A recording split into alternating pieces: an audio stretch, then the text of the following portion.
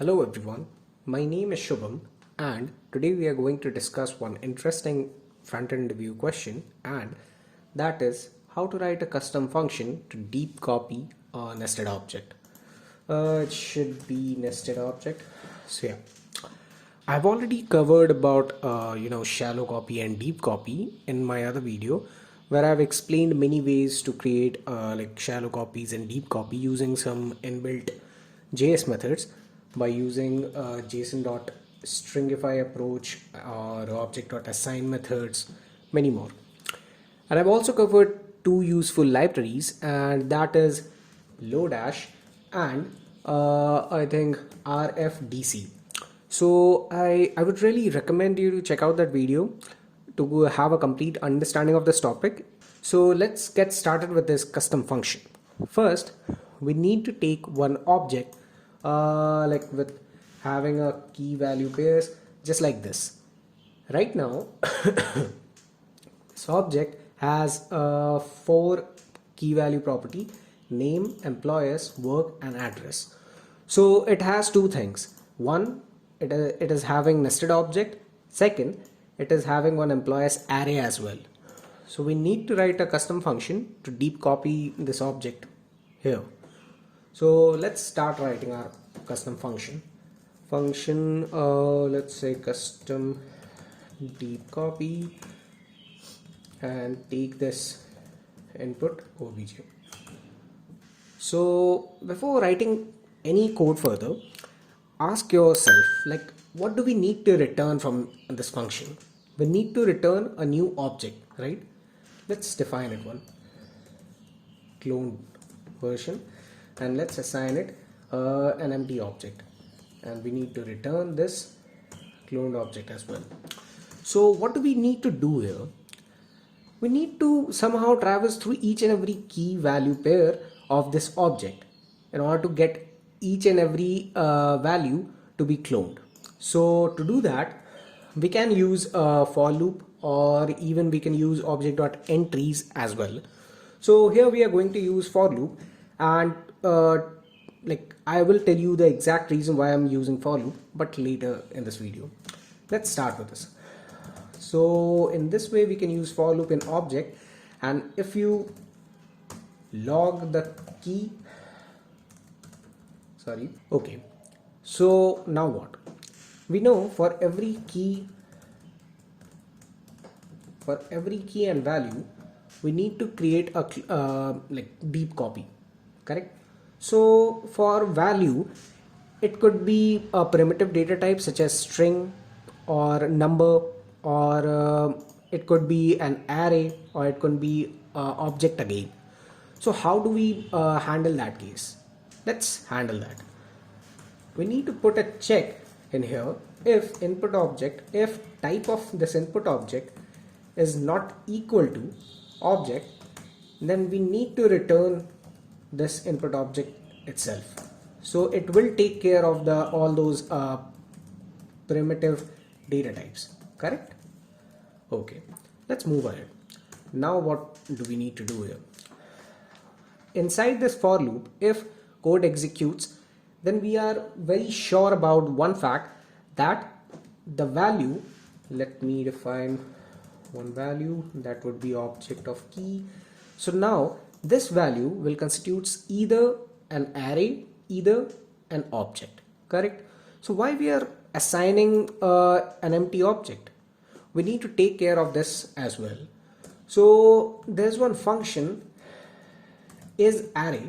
It will check that if input object is an array or not. If it is an array, we need to define it as empty array, and if it is an object, then we need to define it as empty object. So what after that? We will make sure that what we need to recursively call this custom deep copy, providing the argument as value, correct? Whatever the result is returned, we need to store it in the key index of cloned object. Either it could be an array, either it could be an object, depending on input object, correct? So this is the basic structure of this custom deep copy, But wait, I have discussed various like exceptions in my shallow copy and deep copy video. Like there are some exceptions which our JSON.stringify approach would not follow. What are those exceptions? Let's write it down first. Those were undefined, null, date, and function also. Cool. So please, if you didn't watch that video, please watch that video first. I've explained each and every exceptions over there very elaboratively. So these are some of the exceptions I'm talking about in this video, but there are many more. Cool. That means we need to take care of these corner cases as well. So let's handle it one by one.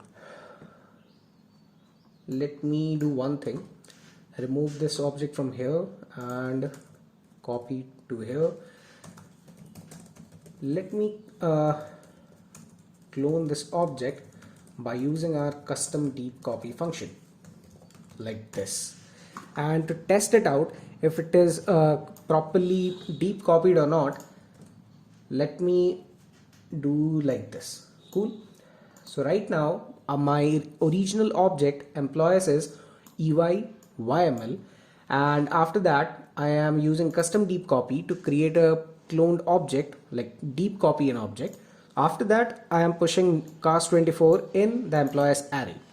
So let's see how does this object and cloned object work in the console. Let's save this file. Okay, it is not working properly. Let me see. Oh, ding ding ding ding ding ding ding ding ding. Input object. Sorry, this should be an input object. That should work fine. Cool. Okay. So see, as you can see, in the original object, the array of employees is having two elements, but in the cloned object, now it is showing it has 3 elements. So clearly it justifies that it has been deep copied, correct? Now let's see how does it behave around these 4 exception cases. Replace the name by undefined. Let's see how does it work. Cool. So in the original object name is undefined, and in the cloned object it is still undefined. So it is working properly with undefined, correct? Now let's try putting null. Okay, in the original object name is null, but there is an exception. So it is showing an empty object.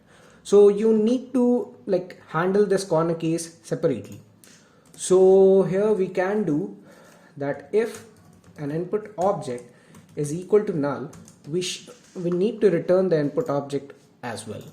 As soon as we save this, let's check it out again. See, the name null is in the original object is same as in the cloned object as well. Cool. We have handled 2 corner cases successfully. Let's try it with the date object. So let's add one value, key value pair, just like this, and let's see how it works around it. So there is one joined key and providing the date and time. Cool. Now let's see. Yeah, see, it is not working right now. Cool. So we need to handle that case as well. So let me check how to check the type of date. I don't know exactly. Yeah, date, instance of date. Let me copy it. Okay, so what I'm gonna do is I will check this input obj. If it is an instance of date, then what we need to return is we need to return a new date object, and we should parse the input object inside this. Now let's save the file and check the output again. See, it is showing joined and the current date, and see, right now it is working absolutely fine. So we have successfully managed to handle the date exception as well. Now let's see around the function. For that, let me write a function which will just log the name. Let's save the file and see the definition. So yeah, in the original one there is one function f which is showing console log Shubham, and in the clone one there is one again function which is replica of the original function. So it can be said that function is working fine with the with our own custom deep copy function. To prove you that, let's call cloned object dot name.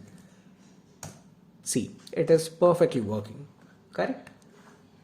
So this is the question. It was meant to be along with the shallow copy and deep copy video, but due to some time constraint on that day, I am making this video right now.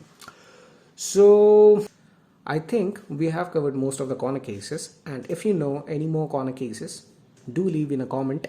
I'll try to answer it all. And I would like to share one important secret with you all, really, and that is not that secret, the other secret. I'm Batman. yeah. So that's it for the video, and see you in the next one. Bye.